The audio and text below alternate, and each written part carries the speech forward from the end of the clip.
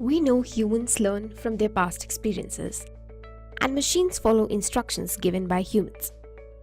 But what if humans can train the machines to learn from their past data and do what humans can do and much faster? Well, that's called machine learning. But it's a lot more than just learning. It's also about understanding and reasoning. So today, we will learn about the basics of machine learning. So that's Paul. He loves listening to new songs. He either likes them or dislikes them. Paul decides this on the basis of the song's tempo, genre, intensity, and the gender of voice. For simplicity, let's just use tempo and intensity for now. So here, tempo is on the x-axis, ranging from relaxed to fast, whereas intensity is on the y-axis, ranging from light to soaring. We see that Paul likes the song with fast tempo and soaring intensity, while he dislikes the song with relaxed tempo and light intensity. So now we know Paul's choices. Let's say Paul listens to a new song. Let's name it as Song A. Song A has fast tempo and a soaring intensity, so it lies somewhere here. Looking at the data, can you guess whether Paul will like the song or not? Correct. So Paul likes this song. By looking at Paul's past choices, we were able to classify the unknown song very easily, right? Let's say now Paul listens to a new song. Let's label it as Song B. So Song B lies somewhere here with medium tempo and medium intensity. Neither relaxed nor fast, neither light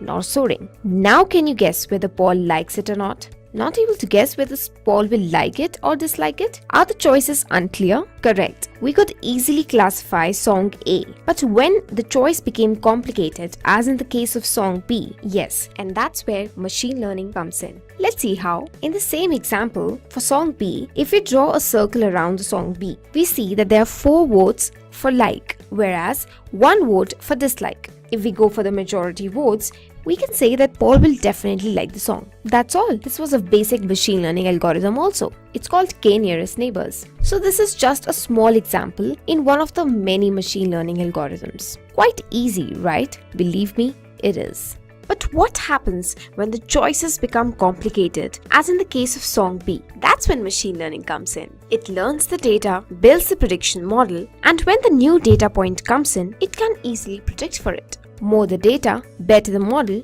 higher will be the accuracy. There are many ways in which the machine learns. It could be either supervised learning, unsupervised learning, or reinforcement learning. Let's first quickly understand supervised learning. Suppose your friend gives you 1 million coins of 3 different currencies, say 1 rupee, 1 euro and 1 dirham. Each coin has different weights. For example, a coin of 1 rupee weighs 3 grams, 1 euro weighs 7 grams and 1 dirham weighs 4 grams. Your model will predict the currency of the coin. Here, your weight becomes the feature of coins, while currency becomes their label. When you feed this data to the machine learning model, it learns which feature is associated with which label. For example, it will learn that if a coin is of 3 grams, it will be a 1 rupee coin. Let's give a new coin to the machine. On the basis of the weight of the new coin, your model will predict the currency. Hence, supervised learning uses labeled data to train the model. Here the machine knew the features of the object and also the labels associated with those features. On this note, let's move to unsupervised learning and see the difference. Suppose you have cricket dataset of various players with their respective scores and the wickets taken. When we feed this dataset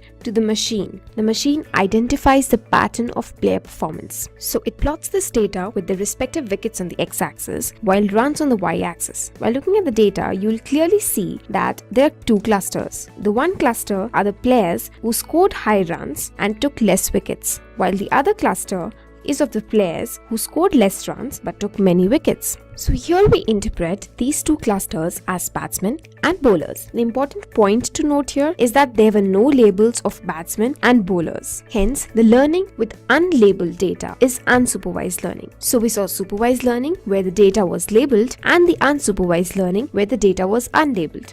And then there is reinforcement learning, which is reward-based learning, or we can say that it works on the principle of feedback. Here, let's say you provide the system with an image of a dog and ask it to identify it. The system identifies it as a cat. So you give a negative feedback to the machine saying that it's a dog's image. The machine will learn from the feedback, and finally if it comes across any other image of a dog, it will be able to classify it correctly. That is reinforcement learning. To generalize machine learning model, let's see a flowchart. Input is given to a machine learning model, which then gives the output according to the algorithm applied. If it's right, we take the output as our final result. Else, we provide feedback to the training model and ask it to predict until it learns. I hope you've understood supervised and unsupervised learning. So let's have a quick quiz. You have to determine whether the given scenarios uses supervised or unsupervised learning. Simple, right? Scenario 1. Facebook recognizes your friend in a picture from an album of tagged photographs.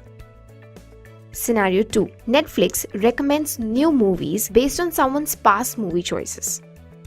Scenario 3. Analyzing bank data for suspicious transactions and flagging the fraud transactions. Think wisely and comment below your answers. Moving on, don't you sometimes wonder how is machine learning possible in today's era? Well, that's because today we have humongous data available. Everybody's online, either making a transaction or just surfing the internet, and that's generating a huge amount of data every minute. And that data, my friend, is the key to analysis. Also, the memory handling capabilities of computers have largely increased, which helps them to process such a huge amount of data at hand without any delay. And yes, computers now have great computational powers. So there are a lot of applications of machine learning out there. To name a few, machine learning is used in healthcare, where diagnostics are predicted for doctors' review. The sentiment analysis that the tech giants are doing on social media is another interesting application of machine learning. Fraud detection in the finance sector, and also to predict customer churn in the e-commerce sector.